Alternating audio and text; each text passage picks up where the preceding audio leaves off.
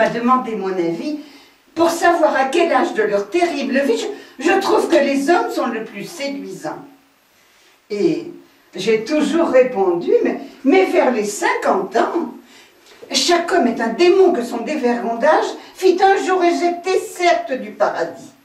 Mais de tous ces démons, de tout temps, de tous âges, mon démon préféré, c'est le démon de midi. Oh, je ne veux pas par là nier que le jeune homme possède la fraîcheur, le goût du jus de pomme, mais petit à petit, en prenant des années, ce jus devient alcool que l'on a raffiné. Et c'est vers 50 ans que l'alcool en question se trouve être fin prêt à la consommation. À ce moment précis, là, cette saveur, ce goût du vieux tonneau qui plaît aux connaisseurs. En maintes occasions, on est tout ébobine devant l'effort superbe du démon de midi. Vous avez vu chaque été sur les plages, ces jeunes gens qui sont à la fleur de leur âge, ils jouent au volleyball, ils sautent, ils sont agiles. Mais sauter à 20 ans, ça n'est pas difficile. Mais voici tout à coup que le père de l'un d'eux, un homme de 50 ans, veut entrer dans le jeu. Ah, ce démon de midi, lui, il est formidable. Il démontre au blanc-bec ce dont il est capable. À l'avant, à l'arrière, il donne de la voix. Quand le ballon surgit, il crie « Oh, ben laissez-le-moi » Bien sûr, on se sent un peu contracté, mais ça c'est parce qu'il rentre ce qui dépasse de son estomac. Car à cet âge, le champion fait souvent double effort, le ventre, il se le rentre, et le ballon, il le sort. Il montre au spectateur, en montant au filet, l'image du dos qu'il ne veut pas dételer. Bien sûr, ça ne dure pas. Très vite, il se relâche.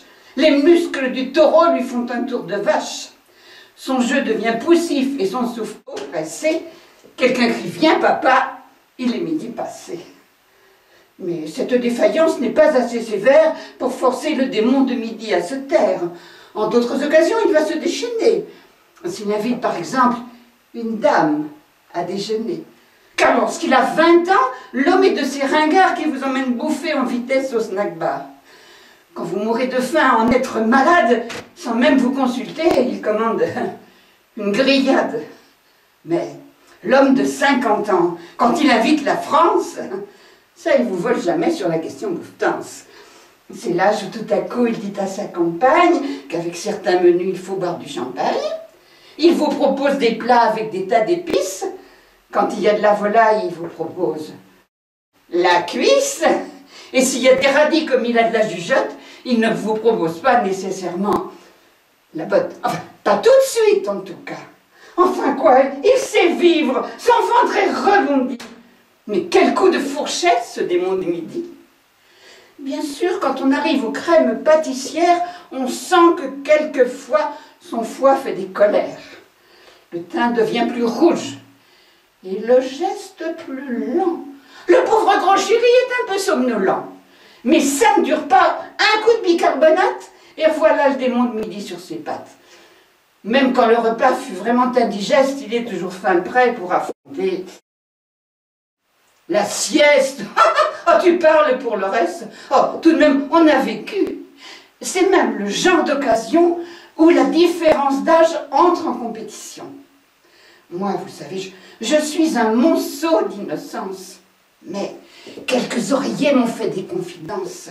Et d'après ce qu'ils disent, il paraît qu'à 20 ans, l'homme se croit toujours aux 24 heures du Mans.